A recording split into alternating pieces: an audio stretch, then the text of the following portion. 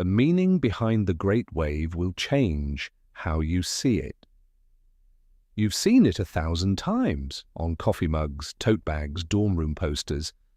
What if I told you that image, the one you've been casually glancing at your whole life, contains a message so precise, so deliberately encoded that art historians are still unpacking it 200 years later?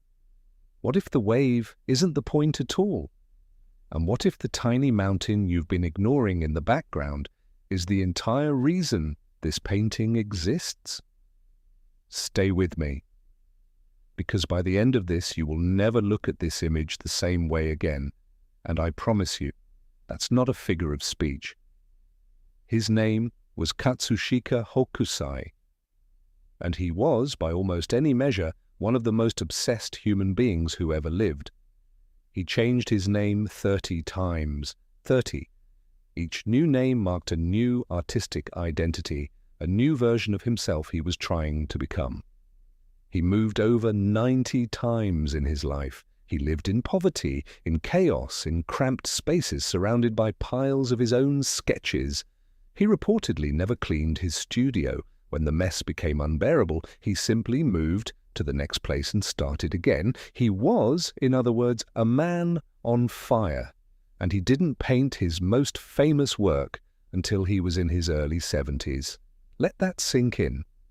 The image that would define Japanese art for the world, the image that would influence Van Gogh, Monet, Debussy, was made by a man most people would have already written off. But here's what you need to understand about Hokusai. He wasn't making pretty pictures, he was making arguments. Every line, every color, every placement in his work was a deliberate philosophical statement. And The Great Waves, that its full title is Under the Wave off Kanagawa, is his most carefully constructed argument of all. So let's take it apart, piece by piece. Look at the wave. Really look at it. Notice something unusual? The foam at the tips of the wave, all those white curling fingers reaching downward. They don't look like water, they look like claws. Hokusai painted the crest of that wave so that it appears to be grasping, clutching, reaching for the boats below with intent. This was not accidental. In Japanese visual tradition, nature is not passive. Nature is alive. Nature has agency. And Hokusai painted this wave as a living creature, a monster, a god, a force with a will of its own. Now look at the boats. There are 3 of them. Long, narrow oshiokuri bune, fast boats used to transport fresh fish to the markets of Edo, present-day Tokyo. Each boat carries 8 oarsmen. They are not panicking. Look closely. They are pressing their bodies low, gripping the edges, riding the moment with disciplined precision. You see, these are professionals. They have done this before, and that detail matters enormously. Because Hokusai isn't painting a disaster. He's painting a test. The wave is not killing these men. It is testing them, and they are meeting it. This is the first hidden meaning. The wave is not the enemy. The wave is the teacher. Now look at the background there, small and pale and almost easy to miss, is Mount Fuji. In Japanese culture, Mount Fuji is not simply a mountain. It is sacred ground, a home of spirits, a symbol of permanence, of the eternal, of that which does not move, while everything around it shifts and churns. Hokusai placed it there on purpose, and he made it small on purpose. Here is the geometry of this painting, and this is where it gets extraordinary. The peak of Mount Fuji and the peak of the Great Wave are almost exactly the same height in the composition. They mirror each other. One is made of rock and has stood for millions of years. The other is made of water and will collapse in seconds, permanent and impermanent, eternal and fleeting, stillness and chaos. Hokusai was a student of Buddhism and Shinto philosophy his entire life. And this painting is a visual koan, a riddle designed not to be solved, but to be held. The question embedded in the composition is this: which is more real, the thing that lasts forever, or the thing that is right now, fully alive, the wave will crash, Fuji will remain. And yet, which one takes your breath away? There's one more layer most people never talk about, the color. That deep, almost electric blue. It's called Prussian blue, a synthetic pigment that had only recently arrived in Japan from Europe when Hokusai painted this series. Before Prussian blue, Japanese woodblock artists had access to a much more limited, muted palette, and Hokusai recognized immediately what this new color could do. Prussian blue doesn't behave like other colors. It has a psychological effect on the viewer, a depth, an almost oceanic quality that makes you feel you are looking into something rather than at something. Hokusai used it to make the wave feel infinite, bottomless, not like a wall of water, but like a portal. He was, in other words, using a brand new Western technology to create the most distinctly Japanese image ever made.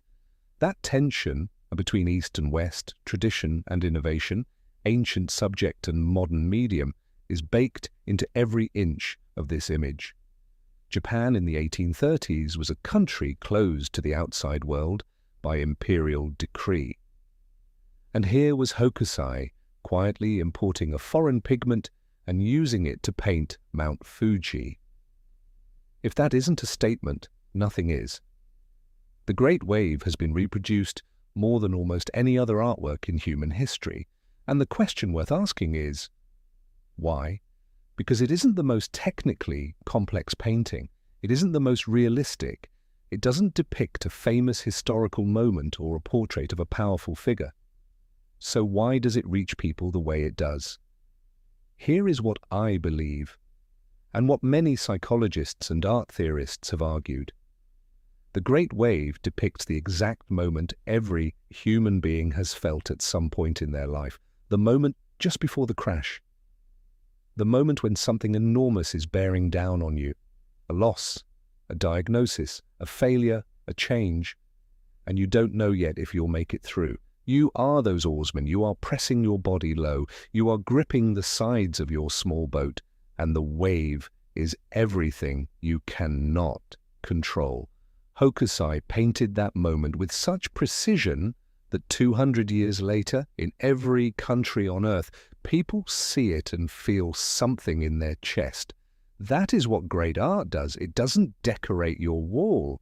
It tells you the truth about your life. And here's the truth this painting tells. The wave has always been there. The wave will always come. And human beings, small, determined, clinging to their fragile boats, have always faced it and made it through. Hokusai, near the end of his life, wrote something remarkable. He said that everything he had produced before the age of 70 was essentially worthless, that he had only just begun to understand his craft, that if he could live to 110 perhaps every dot and every line he made would finally be alive. He died at 89, still working. The Great Wave was not a culmination. For Hokusai, it was a beginning. And maybe that's the final hidden meaning buried in this image that has outlasted empires, crossed oceans, and stared down 2 centuries of human history. It isn't about the wave at all, it's about what you do when you see it coming. If you enjoyed this video, please like and subscribe to Nautical Art TV. Every week we explore the art, the history, and the human stories behind the sea.